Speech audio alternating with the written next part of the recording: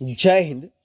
Only for study ચેનલમાં તમારા દરેક મિત્રોનું હાર્દિક સ્વાગત છે. તો આજે આપણે વિડીયોમાં જોવાના છીએ કે 30 સામાજિક વિજ્ઞાનના વેરી મોસ્ટ આઈએમપી પ્રશ્નો છે અને એ પણ ભાગ નંબર 14ની અંદર તમને જોવા મળશે. મિત્રો, ગુજરાતી મિત્રો કોઈ પણ સ્પર્ધાત્મક પરીક્ષા હોય તો એમાં સામાજિક વિજ્ઞાનના પ્રશ્નો પૂછાતા હોય છે. તો આજે આપણે વિડીયોમાં 30 મોસ્ટ આઈએમપી પ્રશ્નો જોવાના છીએ. જેવી પરીક્ષાઓ કે પોલીસ કોન્સ્ટેબલ, એએસઆઈ, પીએસઆઈ, તલાટી, junior clerk, TET 1-2, TAT 1-2, UPSC, GPSC મિત્રો કોઈ પણ સ્પર્ધાત્મક પરીક્ષા હોય તો એની તમને આ વિડીયો ઉપયોગી નીવડશે, આ પ્રશ્નો ઉપયોગી નીવડશે. તો પ્રશ્નો વિડીયો પૂરેપૂરો જોજો. શરૂઆત કરીએ આપણી વિડીયોની. પ્રશ્ન નંબર આજના વિડીયોનો પહેલો છે કે નિરક્ષરતાનું પ્રમાણ વધુ હોય ત્યાં લોકમતના ઘડતર માટે કયું માધ્યમ વધુ અસરકારક નીવડે છે? તો એ છે વીજાણુ. કઈ આવશે? વીજાણુ. પ્રશ્ન આપણે આગળ જોઈએ કે આજે લોકમત મેળવવા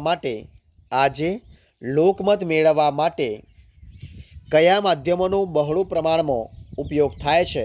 તો વીજાણુ. રેડિયોની સરખામણીમાં કયું વીજાણુ માધ્યમ લોકભોગ્ય બન્યું છે? તો ટેલિવિઝન. કયું આવશે? ટેલિવિઝન. કયા દેશમાં પ્રમુખીય લોકશાહી શાસન વ્યવસ્થા છે? તો યુએસએમાં. કઈ જગ્યાએ? યુએસએમાં. આપણા દેશમાં કયા પ્રકારની લોકશાહી શાસન વ્યવસ્થા છે? તો સંસદીય. કયા પ્રકારની લોકશાહી છે? સંસદીય લોકશાહી વ્યવસ્થા છે. સંસદીય લોકશાહીમાં સરકારની રચના કોણ કરે છે? તો કરે છે વડાપ્રધાન. કોણ કરે છે? વડાપ્રધાન. આપણા દેશની ચૂંટણી કયા મતદાન દ્વારા થાય છે? તો ગુપ્ત મતદાન દ્વારા. ક્યારે? ગુપ્ત મતદાન દ્વારા થાય છે. કોઈના અવસાન કે રાજીનામાથી ખાલી પડેલી બેઠક ભરવા માટે યોજાતી ચૂંટણીને શું કહે છે? તો મિત્રો એને કહેવાય પેટા ચૂંટણી. શું કહેવાય? એને કહેવાય પેટા ચૂંટણી કહેવાય. આધુનિક સમયમાં મોટા ભાગની ચૂંટણી કયા મશીનથી થાય છે? તો વીજાણુ મશીનથી. કયા મશીનથી? વીજાણુ મશીન થાય છે. લોકશાહી રથના બે પૈડા કયા છે? તો એ છે સત્તા પક્ષ અને વિરોધ પક્ષ. કયા બે પૈડા છે? સત્તા પક્ષ અને વિરોધ પક્ષ. ભારતીય સંસ્કૃતિ કઈ ભાવના ધરાવે છે?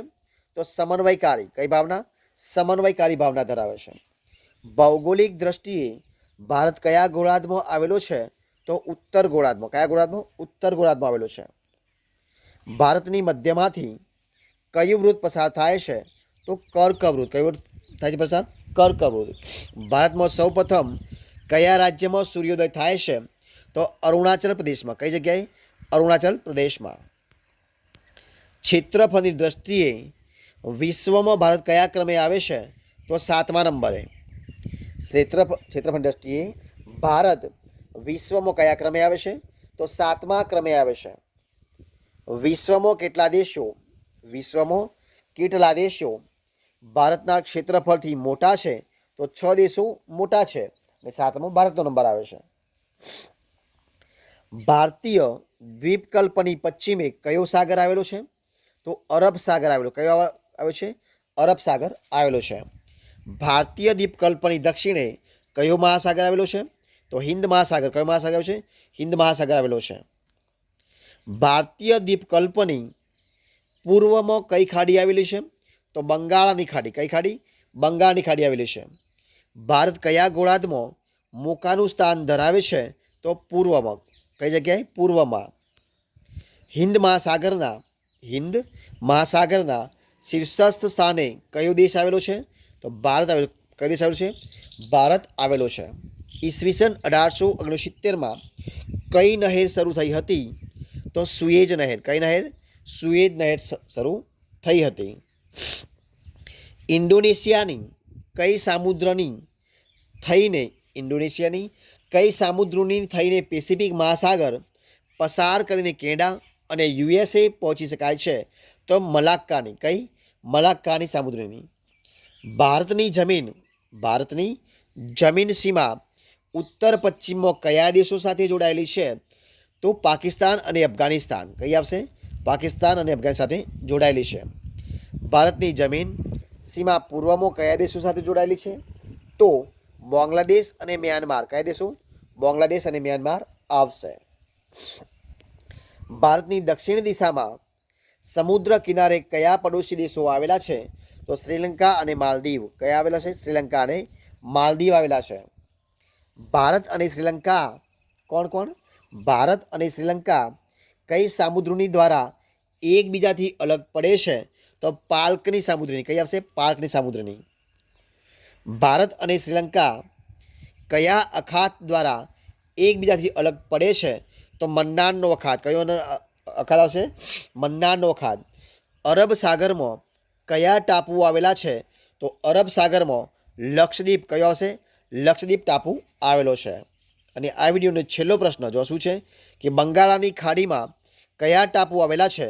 તો બંગાળની ખાડીમાં અંદમાન અને નિકોબાર. કયો આવશે? અંદમાન અને નિકોબાર ટાપુઓ આવેલા છે. તો મિત્રો અહીંયા આપણે 30 પ્રશ્નોનો વિડીયો સંપૂર્ણપણે પૂરો કરીએ છીએ. જો તમને મારો વિડીયો પસંદ આવ્યો હોય, યુઝફુલ લાગ્યો હોય, ગમ્યો હોય તો એને લાઈક કરો, કોમેન્ટ કરો, તમારા મિત્રોને વિડીયો શેર કરો અને છેલ્લે ચેનલમાં નવા હોય, ચેનલ સબસ્ક્રાઈબ ન કરી હોય તો ઓનલી ફોર સ્ટડી ચેનલને સબસ્ક્રાઈબ કરવા માટે વિનંતી છે. મારા વિડીયોને પહેલાંથી છેલ્લા સુધી જોવા માટે તમારા દરેક મિત્રોનો હું દિલથી ખૂબ ખૂબ આભાર માનું છું. ફરી મળીશું એક નવા વિડીયો સાથે, નવા ટોપિક સાથે. ત્યાં સુધી બની રહો. જય હિન્દ, જય ભારત, બેસ્ટ ઓફ લક.